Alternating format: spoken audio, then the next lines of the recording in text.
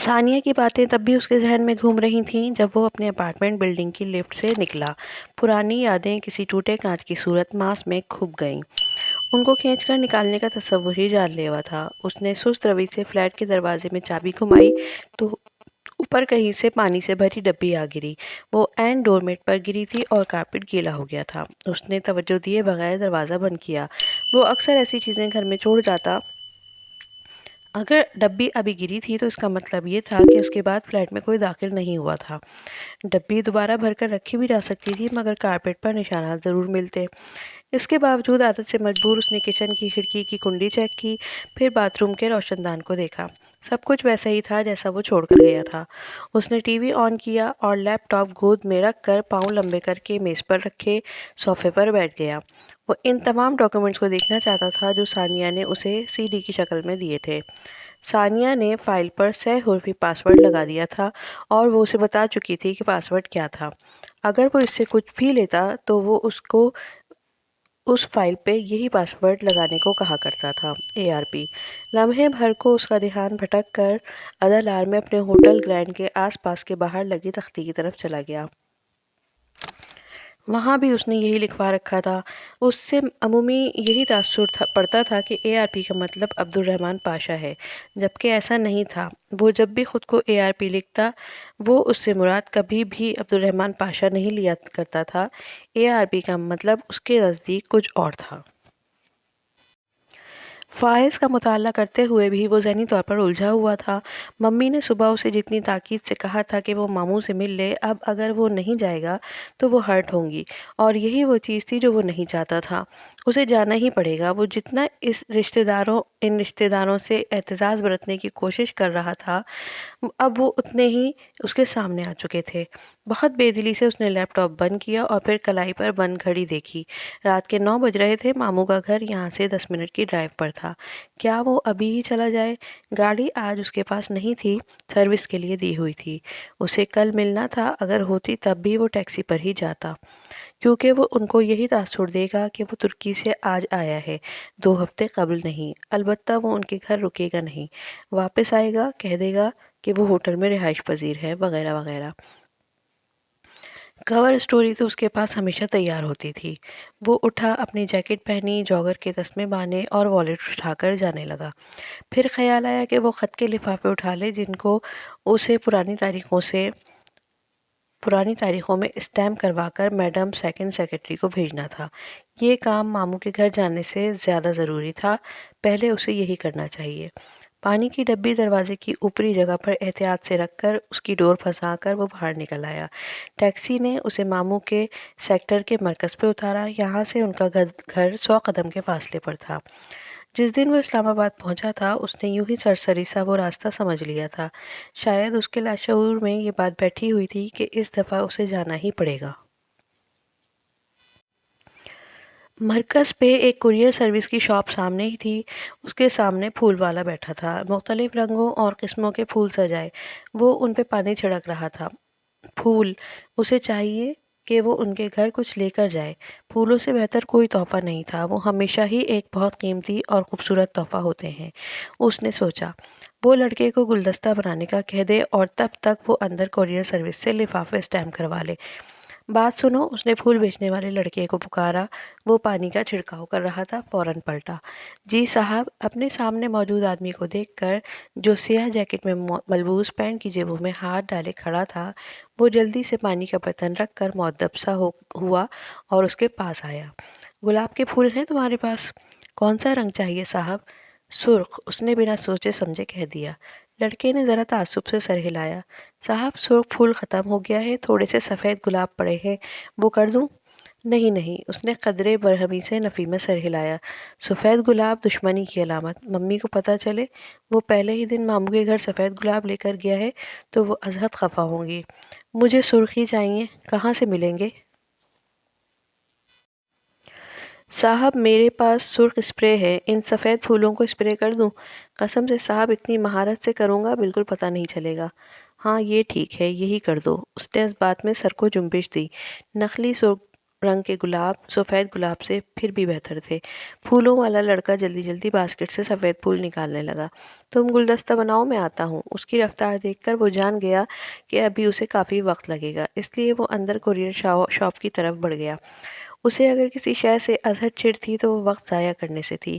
Courier shop میں دو افراد کھڑے اپنے اپنے لفافے جمع کروا رہے تھے۔ ڈیسک کے پیچھے بیٹھا پی کیپ پہنے لڑکا کمپیوٹر پہ مصروف نظر آ رہا تھا۔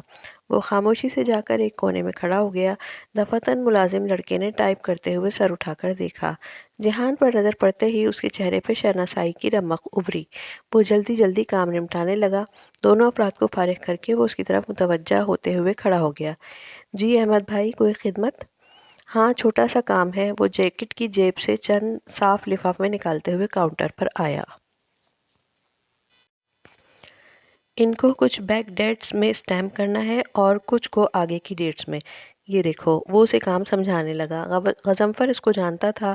اس سے پہلے وہ جہان کو اس سے ہٹ کر بھی اضافی کام کر چکا تھا۔ نہ بھی کر چکا ہوتا تب بھی اس کے کارڈ کی باعث کر ہی دیتا۔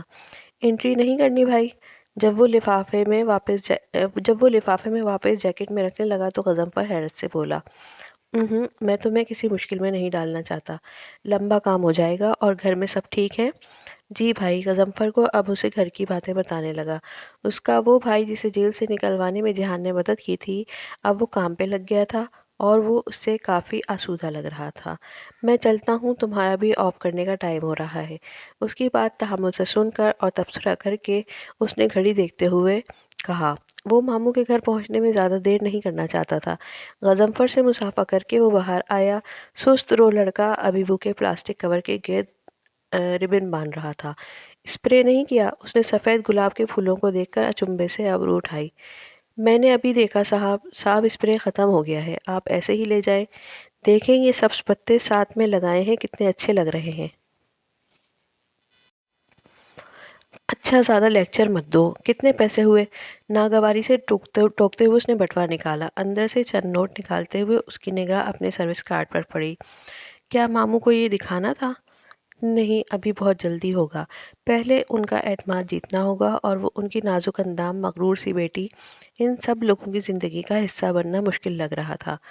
بوکے چھوٹا سا تھا، اس کو پہلو میں لٹکے ہاتھ میں لاپرواہی سے پکڑے وہ سڑک کنارے چلنے لگا۔ ماموں کا گھر یہاں سے قریب تھا مگر وہ کچھ دیر مرکزی سڑکوں کے کنارے چلنا چاہتا تھا۔ ابھی وہ صرف اپنی سوچوں کو مجتمع کرنا چاہتا تھا۔ وہ کیا چاہتا تھا وہ خود پر بھی یقین نہیں تھا، یا پھر جو وہ چاہتا تھا اسے کہنے سے ڈرتا تھا۔ ماں سے کہنے کا تو وہ سوچ بھی نہیں سکتا تھا مگر خود سے تو کہہ ہی سکتا تھا۔ اور اصل بات وہی تھی جو ثانیہ نے آج دوپہر میں کہی تھی۔ وہ اپنے ماموں سے ڈرتا تھا، وہ ان کے طعنوں سے ڈرتا تھا، اتنے سالوں بعد بھی وہ ان کے سامنے سر اٹھانے سے ڈرتا تھا۔ مگر ممی کہتی تھیں وقت بدل گیا ہے، فرقان ماموں اور سلیمان ماموں نرم ہو گئے ہیں۔ البتہ پچھلے برس ہونے والی سلیمان ماموں سے ملاقات کے بعد اسے کوئی خوش فہمی نہیں رہی تھی۔ ان کے مزاج کی سختی اور غرور ختم ہو گیا ہے، وہ ویسے ہی تھے۔ فرق یہ تھا اب سلیمان ماموں کو اپنی بیٹی کی فکر تھی۔ اب وہ بیٹی والے تھے، ان کا ہاتھ نیچے تھا اور اس کا ہاتھ اوپر۔ پہلے کی بات اور تھی، تب ان کی بیٹی چھوٹی تھی، انہیں مستقبل کی فکر نہیں تھی، لیکن اب اس کی شادی کی عمر تھی، رشتے بھی آتے ہوں گے۔ اب وہ اس فرض سے سبکدوش ہونا چاہتے ہوں گے اور ان کی پہلی ترجیح ان کا بھانجا ہی تھا۔ کوئی بھی اپنی خوشی سے بچپن کا نکاح نہیں توڑتا۔ ماموں سے بھی یہی امید تھی کہ وہ اس رشتے کو ختم کرنا چاہتے ہوں گے، نہ وہ خود چاہتا تھا، لیکن نبھانا یہیں آ کر وہ رک جاتا تھا۔ یہ رشتہ نبھانا بہت مشکل تھا۔ وہ ایسی چھوٹی سوچ کا حامل آدمی تو نہیں تھا کہ پرانے انتقام لینے کے لیے ان کی بیٹی کو لٹکائے رکھتا۔ یہ بھی ٹھیک تھا کہ وہ ان سے مل لے تاکہ دونوں فریقین دیکھ لیں کہ یہ رشتہ چل سکتا ہے یا نہیں۔ اگر اسے محسوس ہوا کہ وہ نبھا سکتا ہے تو وہ ممی کو آگاہ کر دے گا، اور اگر اسے لگا کہ وہ نہیں نبھا پائے گا وہ پھر اسی مقام پر آ کر رک گیا۔ ممی ہرٹ ہوں گی، یہ وہ آخری چیز تھی جو وہ نہیں چاہتا تھا۔ اتنے سال اگر اس نے جان بوجھ کر ماموں کی فیملی سے لا تعلق اختیار کیے رکھی تو اس لیے کہ دور اندر وہ یہ رشتہ نہیں چاہتا تھا۔ سڑک کنارے سر جھکا کر چلتے ہوئے اس نے خود سے سچ بولنے کا فیصلہ کر ہی لیا۔ وہ خود ہی یہ رشتہ نہیں چاہتا تھا۔ اس کی یہ ساری بے رخی، لا تعلقی اور اعتراض برتنا سب لاشعوری طور پر اسی لیے تھا کہ وہ لوگ تنگ آ کر خود ہی یہ رشتہ ختم کر دیں اور وہ ماں کو دکھ دینے کے بوجھ سے آزاد ہو جائے۔ یہ الگ بات تھی کہ یہ خود کو دھوکہ دینے کے علاوہ اور کچھ نہ تھا۔ جو بھی یہ رشتہ ختم کرے، ذمہ دار تو وہی ہوتا۔ اس کے خشک رویے کے باعث ہی یہ رشتہ ٹوٹے گا۔ لیکن وہ لوگ اس سے اور کیا توقع رکھتے ہیں؟ کس نے کہا تھا انہیں کہ وہ اپنے چھوٹے چھوٹے بچوں کا رشتہ طے کر دیں؟ اسے کبھی بھی ان سب ذمہ داران پر ازحد غصہ چڑھتا تھا، ممی پہ البتہ نہیں چڑھتا، کبھی بھی نہیں۔ وہ صرف اپنے بھائیوں کے ساتھ تعلق قائم رکھنا چاہتی تھی۔ انہوں نے جو کچھ کیا بس رشتہ بچانے کے لیے ہی کیا۔ وہ جان بوجھ کر ماں کو شک کا فائدہ دے دیا کرتا تھا، مگر ماموں کو نہیں۔ بے انصافی ہے تو بے انصافی ہی صحیح۔